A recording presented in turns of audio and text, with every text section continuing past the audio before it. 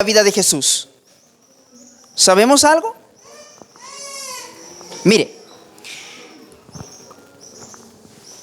yo siempre recomiendo, hago publicidad, este maravilloso libro. Cómprelo, consígalo, léalo, subráyelo. Este libro, a mí personalmente, me cambió la vida. Me cambió la forma de ver a la religión. Me cambió la forma de ver el adventismo. Me cambió la forma de ver el cristianismo. Es que yo pensaba que el cristianismo era venir de mi casa a la iglesia, de la iglesia a mi casa, posiblemente tener un cargo en la iglesia y yo estaba sirviendo al Señor. Qué equivocado que estaba. El deseo de todas las gentes hace una narración interesante con respecto a la vida de Jesús y con respecto a ello. El Rey de Gloria dice, se rebajó a revestirse de humanidad. Tosco y repelente fue el ambiente que le rodeó en la tierra. Tosco y repelente fue el ambiente que le rodeó en la tierra. Cristo no tuvo dinero, o sea, no fue millonario. Es más, no eligió ese tipo de vida para que la gente que se acercara a Él no se acercara por interés, porque Él haya tenido dinero. Por eso no eligió esa vida. Su gloria se veló para que la majestad de su persona no fuese objeto de atracción.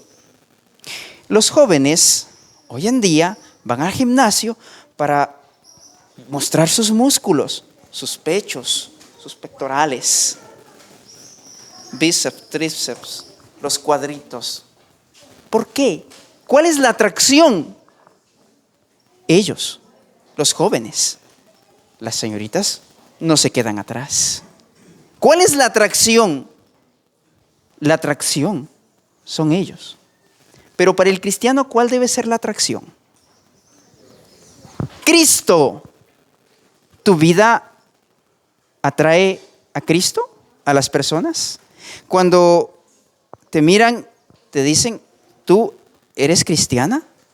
¿Tú eres estudiante de la Biblia? ¿Te identifican como tal? Rehuyó toda ostentación externa, las riquezas, la honra mundanal y la grandeza humana no pueden salvar una sola alma de la muerte. La honra mundanal no pueden salvar. Yo puedo tener todos los títulos habidos y por haber, licenciatura, doctorado, maestrías, PH y el título que falte, pero eso no hace crecer mi vida espiritual, ni me hace mejor que nadie. No me salva, no me va a salvar eso. Jesús, mira lo que se propuso Jesús, queridos jóvenes. Este mensaje es tanto para los padres, para las madres, para los niños y para los adolescentes. Jesús se propuso que ningún halago de índole terrenal atrajera a los hombres a su lado. Me voy a poner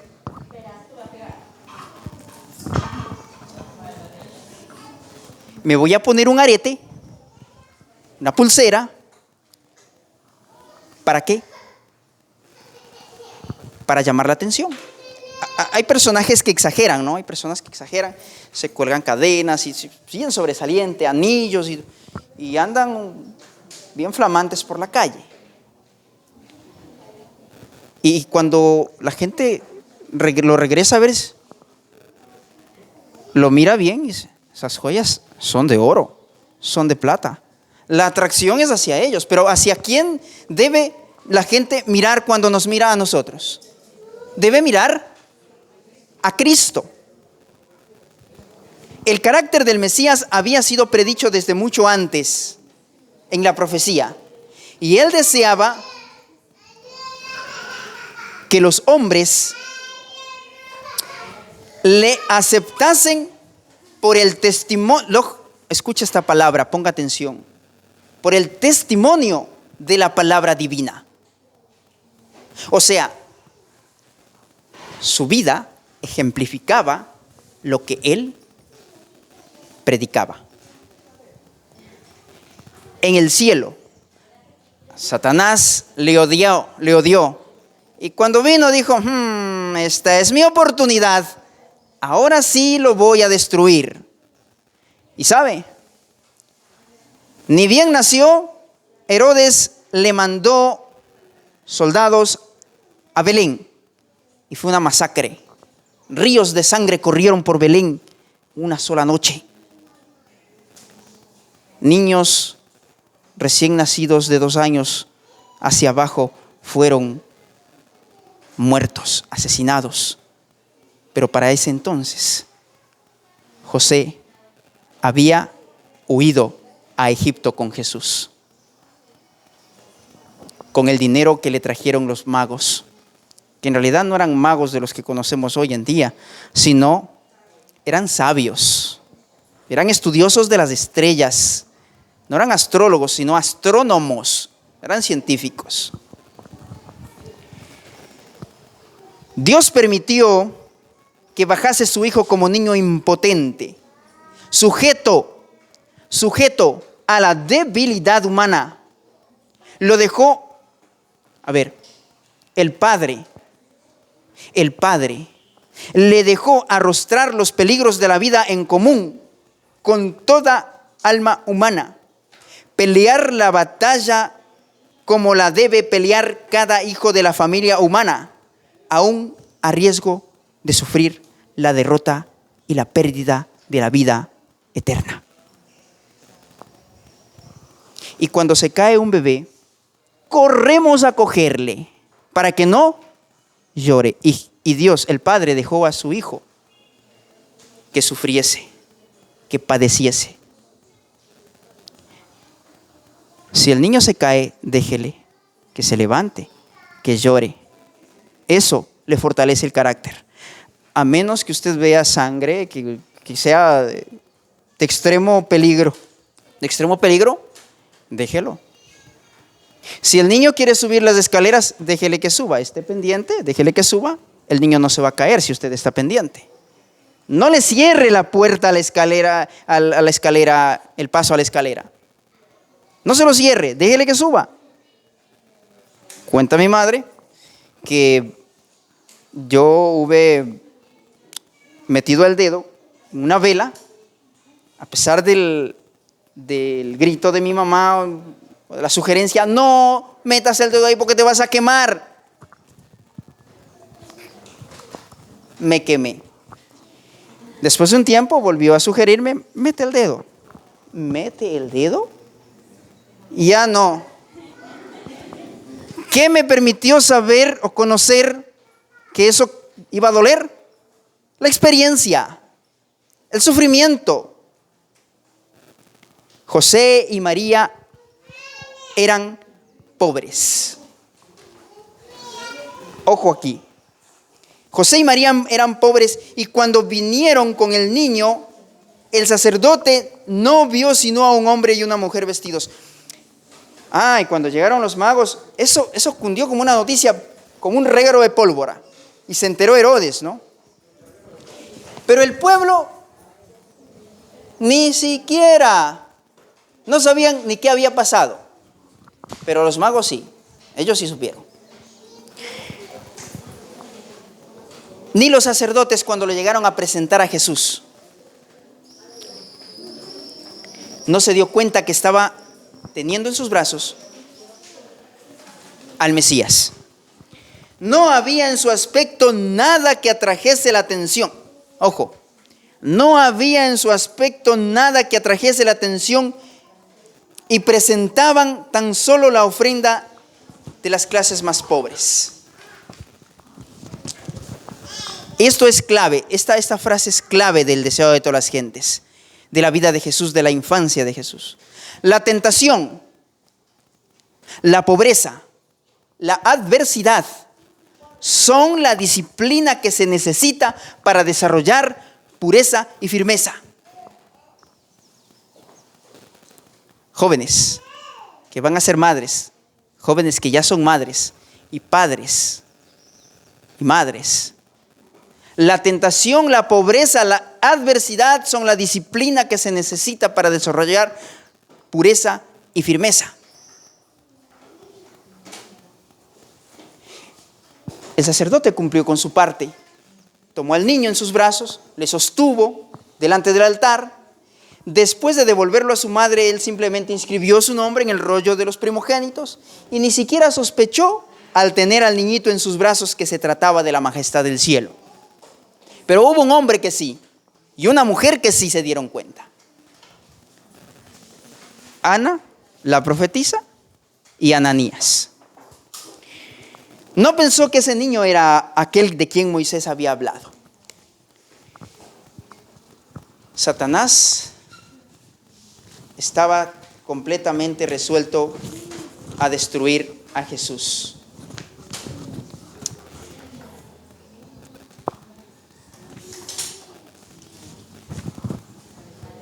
Jesús, cuando ya regresó de Egipto, pasó su niñez y juventud en una aldea de montaña. Ojo, Jesús pasó su niñez ¿en dónde? En una aldea de montaña. Él no vivió en la gran ciudad, en la gran manzana. No vivió en la capital. Jesús vivió en una aldea de montaña, dejándonos como ejemplo de que la vida que nosotros debemos llevar debe ser una vida campesina. Pero usted me dirá, pero bueno, y los que vivimos en la ciudad, bueno, al menos nosotros vivimos en una ciudad que es campesina. Aún no es la gran ciudad. Y hay opciones aún. Pero en lo que más podamos, debemos vivir en el campo. No había en la tierra lugar que no habría resultado honrado por su presencia. Habría sido privilegiado de todos modos. Es bastante significativo el relato que da la Biblia de los primeros años. Y el niño crecía y fortalecíase y se henchía en sabiduría. La gracia de Dios era sobre él. Su inteligencia era viva y aguda. Tenía una reflexión y una sabiduría que superaban a sus años. Sin embargo, su carácter era de hermosa simetría. Ahora mire, esto es clave para la vida cristiana, para el desarrollo y el crecimiento de los hijos y de los jóvenes, queridos jóvenes. Durante su infancia, Jesús manifestó una disposición especialmente amable. Sus manos voluntarias estaban siempre listas para servir a otros. Sus manos voluntarias estaban siempre listas para servir a otros. Revelaba una paciencia que nada podía perturbar, una veracidad que nunca sacrificaba la integridad. En los buenos principios era firme como una roca y su vida revelaba la gracia de una cortesía desinteresada. Desde tiempos muy antiguos, los israelitas ponían mucha atención a la educación de los jóvenes. Lamentablemente, hoy los grandes descuidados de la iglesia y de la sociedad son los niños y los jóvenes. Lo repito, los grandes descuidados de la sociedad y de la iglesia son los niños y los jóvenes. El Señor había indicado que desde la más tierna infancia, ¿desde cuándo? Desde la más tierna infancia, debía enseñarse, mire lo que debe enseñarse a los niños. Debía enseñarse a los niños su bondad y grandeza, especialmente en la forma en que se revelan en la ley y en la historia de Israel. ¿Qué es lo que formaba parte de la educación de Jesús? Le digo, los cantos, las oraciones y las lecciones de las Escrituras debían adaptarse a los intelectos en desarrollo. ¿Quién debía educar a los niños? ¿Quiénes? Sí, los padres, no los sacerdotes, no los pastores, no los teólogos, los padres, las madres. Los padres debían enseñar a sus hijos que la ley de Dios es una expresión de su carácter y que el recibir los principios de la ley en el corazón, la imagen de Dios se grababa en la mente y en el alma. Gran parte de la enseñanza era oral, pero los jóvenes también aprendían a leer los escritos hebreos y podían estudiar los pergaminos del Antiguo Testamento. Se dice que en el tiempo de Jesús, la ciudad que no hacía provisión para la educación de los jóvenes era una maldición. Se le consideraba bajo maldición de Dios. Sin embargo, miren lo que pasaba con el sistema educativo de Israel. La enseñanza había llegado a ser formalista, como es hoy. Hoy la educación ha llegado a ser formalista.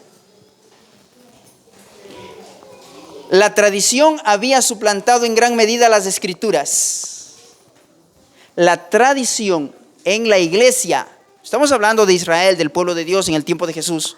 La tradición en la iglesia, en el pueblo de Dios, había llegado a ser formalista. Y esta historia se repite en el pueblo adventista. No podemos tapar el sol con un dedo. La verdadera educación, mire lo que debe hacer la verdadera educación. Debía inducir a los jóvenes a que buscasen a Dios. La verdadera educación debe inducir a que busquemos a Dios, si en alguna manera palpando lo hallen. Pero los maestros, ¿sabe qué hacían los maestros judíos? Dice, dedicaban su atención al ceremonial. Le ponían demasiada atención al ceremonial. Que lavado de manos, que toda la cuestión de las ceremonias. Hoy podríamos traducir eso en las reglas y las normas y ponerle demasiada atención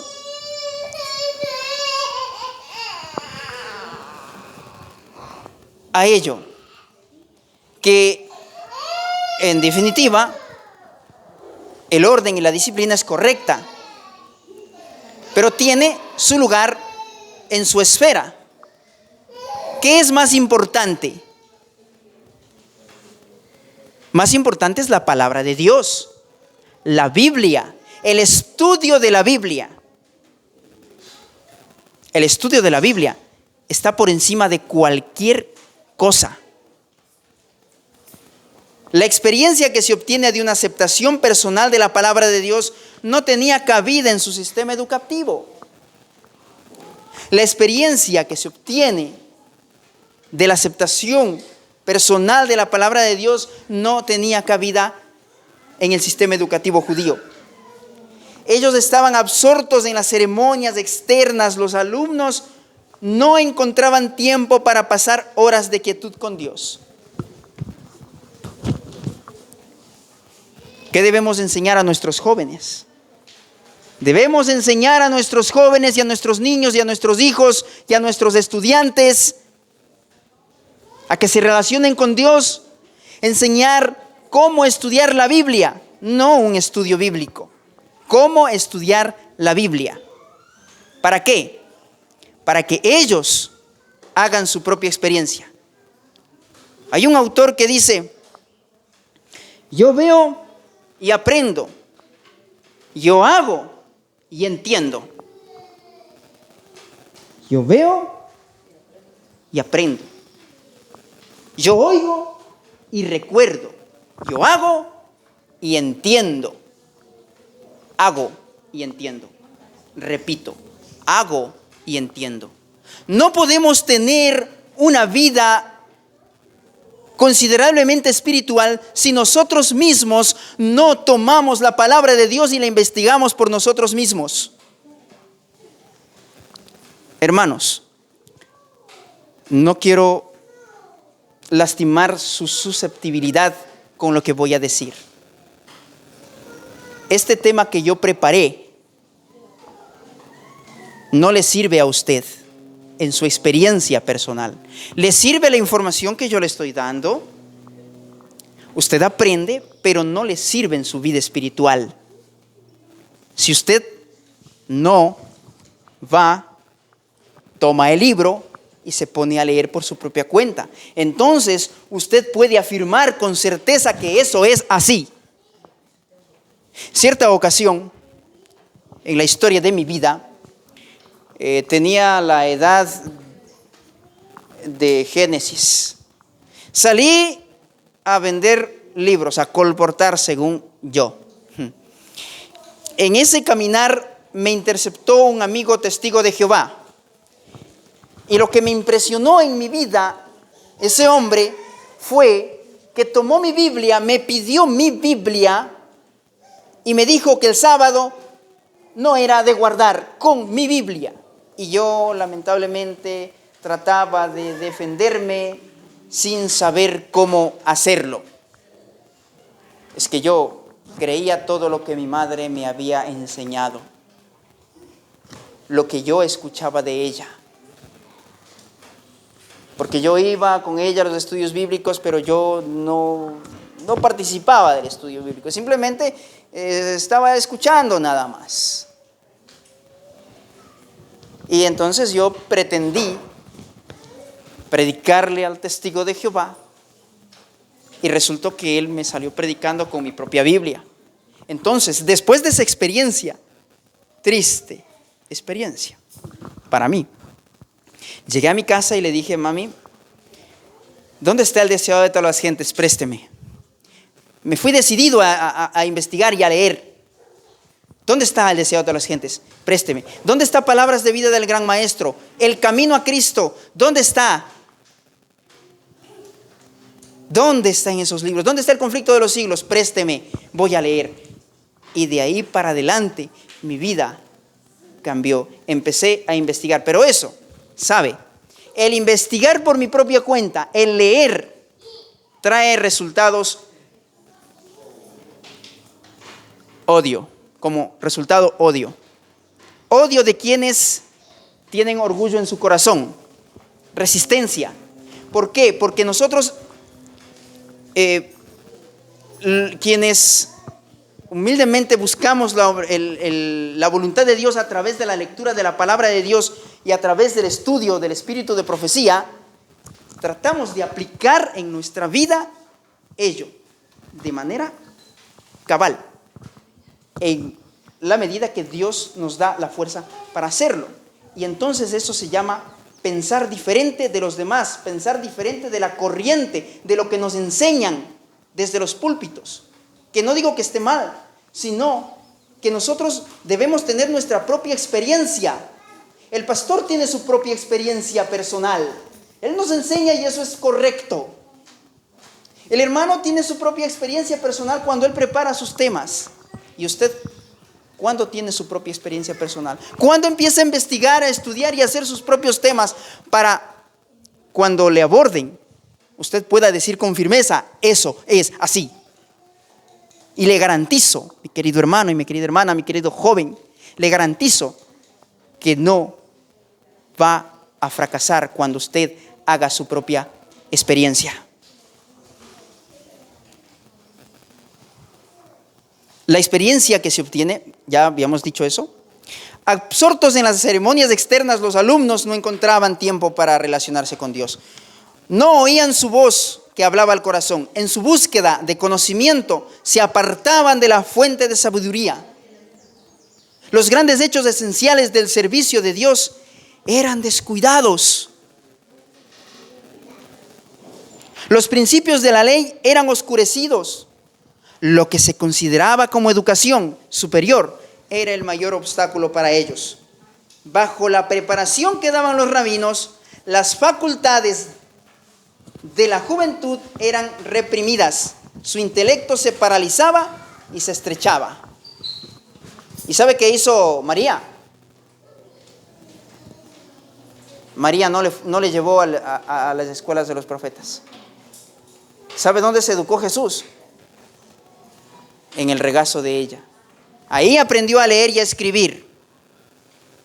Ahí aprendió él a estudiar la Biblia.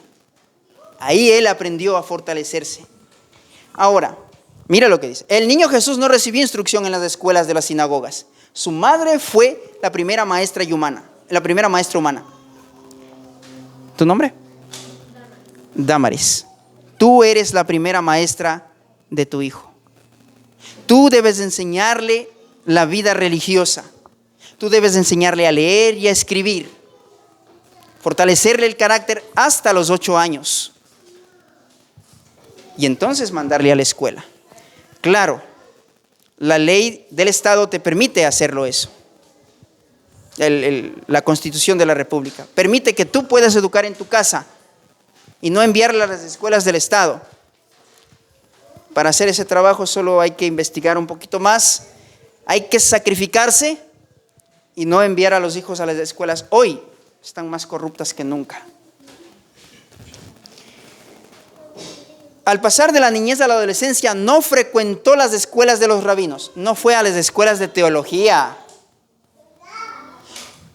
Y escuche esto, y esto a mí me impactó. No necesitaba la instrucción que podía obtenerse de tales fuentes. Si no es necesario hacer un estudio teológico para estudiar la Biblia, es necesario arrodillarse, orar, y sabe, los santos ángeles bajarán a instruirnos. Ahora, no digo que no sea necesario obtener un título, claro que es necesario. Pero primero hay que estudiar la Biblia. Primero hay que prepararse en el estudio de la Biblia para que nadie nos engañe.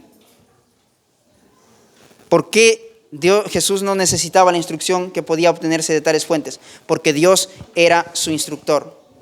Puesto que Él adquirió saber, mire, escuche esto, ponga atención. Puesto que Él adquirió saber cómo nosotros podemos adquirirlo. Su conocimiento íntimo de las Escrituras nos demuestra cuán diligentemente dedicó sus primeros años al estudio de la palabra de Dios. Cierre los ojos e imagínese a Jesús jugando fútbol, jugando los juegos de la época, divirtiéndose, haciendo bromas. Imagínese eso usted. ¿Puede? ¿Haya usted en la vida de Jesús eso?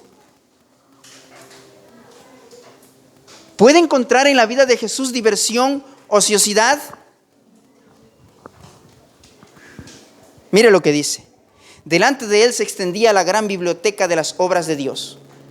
El que había hecho todas las cosas estudió las lecciones de su propia mano, había escrito en la tierra, el mar y en el cielo. Apartado de los caminos profanos del mundo, adquiría conocimiento científico de la naturaleza. Estudiaba la vida de las plantas, los animales y los hombres. Desde sus más tiernos años, escuche, fue dominado por un propósito. Vivió para beneficiar a otros. Damaris y todos quienes tienen niños en formación, en crecimiento. El único propósito por el cual Dios te permitió un hijo es para que él, cuando crezca, sirva a otros. Ese es el propósito de tener hijos, el servicio. Porque cuando el padre y la madre enseñan a sus hijos a ser serviciales, cuando van a otra casita, ¿sabe qué dicen la gente? Qué bonito su hijo, cómo ha sido, qué educadito, lava platos. Oiga, yo no sabía cómo poner un foco y él ha sabido. Claro, ¿dónde aprendió? En la casa. El espíritu de servicio, a ser servicial. Que no duerma hasta tarde. Ustedes se imaginan a Jesús durmiendo hasta tarde en su niñez y en su adolescencia. Ay, pobrecito, es que está de vacaciones. Que duerma nomás hasta las 10 de la mañana. Por favor, por favor. Levante a hacer el culto con sus hijos. Si es que no quiere que sus hijos mañana más tarde vengan a la iglesia, pero por el gusto nada más de venir, no porque verdaderamente se sienten movidos por el poder de la palabra de Dios a hacerlo. No haga el culto con ellos y los resultados no se harán esperar. Todo niño, escuche bien, todo niño puede aprender como Jesús. Mientras tratemos de familiarizarnos con nuestro Padre Celestial mediante su palabra, los ángeles se nos acercarán a nuestro intelecto, hacia nosotros. Nuestro intelecto se fortalecerá, nuestro carácter se elevará y refinará. Llegaremos a ser más semejantes a Jesús. En su vida laboriosa no había momentos de ocio. ¿Qué no había en la vida de Jesús? Ocio. Conozco una niña que cuando llegó a casa y la mamá le dice: mijita, ya alístese para que vaya a dormir, vaya a hacerse.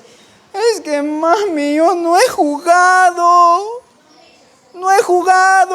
Vamos a estudiar la lección de escuela sabática, mijita. Es que yo no he jugado, mami. Tremendo.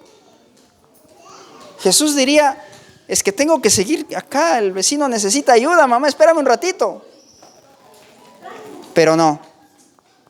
Lamentablemente dejamos que los hijos vayan donde los vecinos. No deje que sus hijos se vayan donde los vecinos. Se lo digo por experiencia. Mi carácter se deformó cuando yo me fui donde los vecinos. Allí aprendí a robar. Allí aprendí malas palabras que me costó trabajo abandonar. Malos hábitos se adquiere donde los vecinos. No había horas vacías. Por favor, papitos, por favor, no deje a su hijo sin hacer nada. Póngale a trabajar. Pero es que hay pobrecito. No. No le enseñe que el trabajo es horrible. Es más, no le diga: si tú te sacas malas notas, te castigo. Toda la semana vas a lavar platos. Por favor, no haga eso. Jesús nunca se quejó. Hizo su trabajo con alegría y felicidad. Enséñele a su hijo, a su hija, que ese trabajo lo haga con felicidad. Y créame, no es difícil. No es difícil cuando se tiene paciencia. Cuando no se tiene mucha paciencia, cuesta trabajo. Sí, cuesta trabajo dominar las mentes de los pequeños. Haga que ese trabajo lo hagan con alegría, con felicidad, que no se quejen. Era sabio para discernir el mal y fuerte para resistirlo. En cuanto le era posible, cerraba la puerta a la tentación. Jesús vivió en un hogar de artesanos y con fidelidad y alegría desempeñó su parte en las cargas de llevar la familia. El niño Jesús no jugaba, trabajaba. Y por eso él, cuando ya llegó a su ministerio, tuvo a quien predicar. Por su vida de ejemplo, porque él practicó. Los malos hábitos o buenos hábitos practicados durante la niñez y la adolescencia, por lo general, duran toda la vida. Todo buen hábito que usted forme en sus hijos, eso va a llevar permanentemente. Él no empleaba su poder divino para su propio beneficio, sino para ayudar a otros. Su mente y su cuerpo se desarrollaban mientras él trabajaba. Todos deben hallar algo que hacer en beneficio para sí y para otros. El ejercicio que enseña a las manos a ser útiles y prepara a los jóvenes para llevar su parte en las cargas de la vida, escuche, da fuerza física y desarrolla toda facultad. Jesús dice que intentaba grandes cosas, esperaba mucho resultado. Tal vez muchos posean rasgos preciosos y amables, sean bien bonitos en su carácter, pero son cobardes y casi inútiles cuando se han de arrostrar dificultades y superar obstáculos, aquellos que no forjan su carácter a través del sacrificio.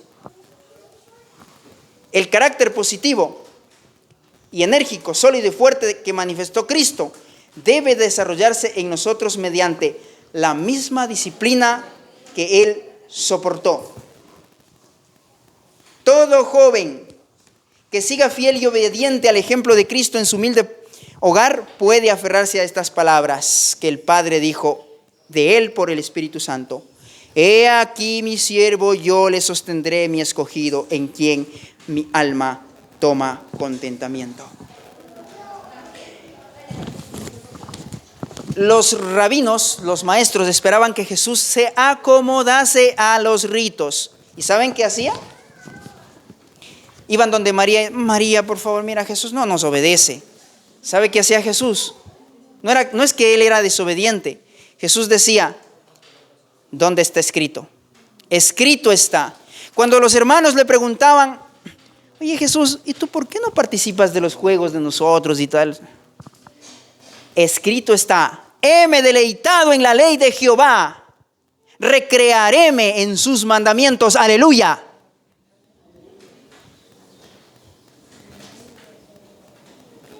La vida de Jesús se recreaba en la palabra de Dios, no se recreaba en la diversión. Yo recuerdo cuando era adolescente, aún asistía a la Reforma, un pastor, vivía en la casa de ese pastor, y él tenía una biblioteca, una hermosa biblioteca del Espíritu de Profecía, maravilloso, para mí era el éxito, lindísimo, y yo dormía justamente contigua a esa biblioteca, así es que yo me levantaba a las 5 de la mañana a abrir esos libros, a estudiarlos, pero no recuerdo jamás que el pastor me haya dicho, Javier, ven, estudiamos, yo te enseño cómo estudiar, jamás. ¿Sabe que sí recuerdo? Que él nos invitaba a jugar fútbol en el Parque La Juventud en Santo Domingo. A eso sí, pero sí, yo me iba, pero no jugaba. Pues me aburría, además a mí el fútbol no me gusta. O sea, no lo juego porque no me gusta, no me atrae, nunca me atrajo desde pequeño, porque impactó en mi vida un amigo, jugando fútbol le partieron la canilla, y dije, no, esto no es para mí. Entonces dije, no, en realidad, eso impactó mi vida. Pero, ¿por qué invitar a los jóvenes a jugar fútbol y a estudiar la Biblia no? Nunca escuché de ese pastor invitar a los jóvenes a estudiar la Biblia, seriamente. Ahora, cuando se creó las escuelas sabáticas, ¿sabe qué pasó? Los jóvenes, ¿sabe a qué se reunían? Se reunían a estudiar la Biblia, a tener estudios de la Biblia. Se dedicaban a hacer planes para cómo hacer obra misionera, para predicar. No se reunían para otra cosa, no se reunían para divertirse. Se reunían para estudiar la Biblia.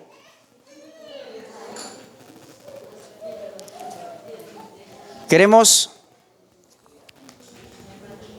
que nuestros hijos sean fuertes. Queremos que nuestros hijos se mantengan en la iglesia y que se mantengan más que en la iglesia, en la palabra de Dios, y que salgan con poder a predicar el evangelio afuera. Entonces empecemos ahora. Tomemos esa decisión de empezar a educar a nuestros hijos. Jesús siempre buscó la soledad. Deberíamos estudiar la vida de Jesús, especialmente los últimos puntos de su historia, los tiempos finales de la vida de Jesús. Nosotros podemos ser una bendición mutua para los demás si pertenecemos a Cristo. En edad muy temprana Jesús había empezado a obrar por su cuenta en la formación de su carácter. Pero los fariseos, los escribas, los sacerdotes le amargaban la vida. Como hoy a cualquiera que trate de hacer la voluntad de Dios se le amargarán la vida. Insistían estos rabinos en que debían seguir las tradiciones como si fuesen requerimientos de Dios. Y Jesús les decía, escrito está, ¿dónde está? Y Jesús les pedía ver escrito. Y saben, a Jesús le odiaron porque él obedecía a la ley al pie de la letra. Finalmente, queridos, queridas jóvenes, amados hermanos y hermanas, ¿cuántos en esta hora estamos dispuestos a cambiar nuestros malos hábitos adquiridos en el pasado? ¿Y cuántos estamos dispuestos a enseñar y a entrenar a nuestros hijos para que ellos tengan una relación más íntima y personal con Dios? ¿Cuántos quieren hacer esa decisión de estudiar la Biblia, de dedicarse el tiempo para conocer a Jesús? ¿Cuántos dicen amén? Escucho pocas voces y no quiero forzarles a que digan amén. Tomen esa decisión y que empecemos a reflejar eso en nuestras acciones. Oremos por ello y actuemos. Empecemos a hacer cambios en nuestra vida realmente, para que nuestra vida refleje al mundo y empecemos a predicar el Evangelio. ¿Cuántos van a tomar la bandera del Evangelio y salir a predicar sin temor allí donde más nos necesitan? Que el Señor les guarde y que el Señor les bendiga. Amén.